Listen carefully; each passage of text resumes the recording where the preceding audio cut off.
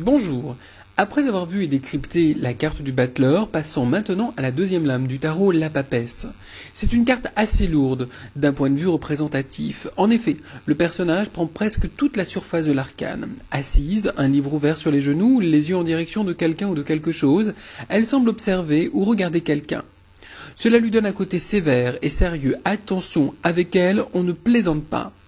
Si l'on essaie de décrypter la scène, nous pouvons y voir le geste d'une institutrice ou d'une religieuse qui relèverait la tête, poserait son livre sur ses genoux avant d'interpeller un élève ou une personne en vue de l'interroger sur ses connaissances ou de le rappeler à l'ordre.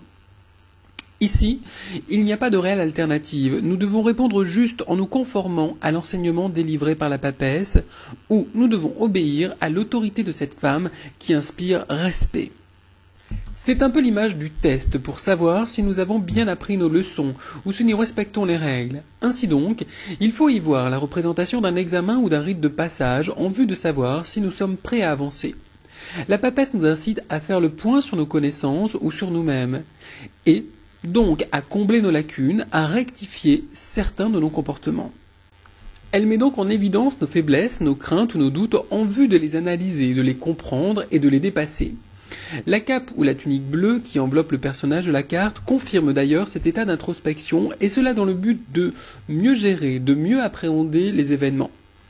Cette notion de contrôle ou de maîtrise est d'autant plus forte que le livre symbolisant la connaissance, le savoir, les règles, la loi, est tenu fermement des deux mains. Si certains voient en la papesse une idée de créativité ou de fertilité, personnellement je reste plus réservé, car tout en elle amène à une forme d'ascétisme, et elles sont beaucoup plus proches de la justice et de l'ermite que de l'impératrice. Sa valeur numérique, le 2 ayant un rapport avec l'élémentaire, et donc le concret, le pratique, l'intellect, la réflexion, l'analyse, les termes de construction psychologique, d'orientation, de destin semblent plus adaptés.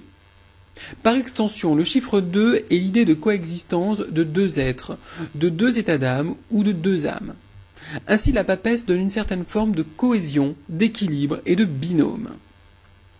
C'est une des raisons pour lesquelles cette carte a parfois l'emblème du couple ou du conjoint, ce qui est plus ou moins confirmé par l'image de la croix au centre de la carte.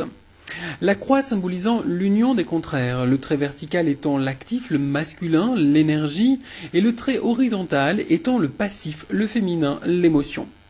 Autre détail évoqué, le voile, qui semble laisser apparaître le visage de la papesse, et qui est plus ou moins assimilé au fait de dévoiler, de révéler une identité, et donc un événement précis.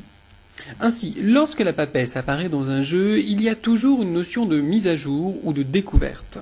La position de la papesse au sein de la carte indique que nos actions, notre comportement auront des répercussions sur notre devenir. Cela explique pourquoi le personnage est tourné vers la gauche, symboliquement le passé, qui n'est autre, si on transpose cette image dans notre réalité, la droite et donc le futur.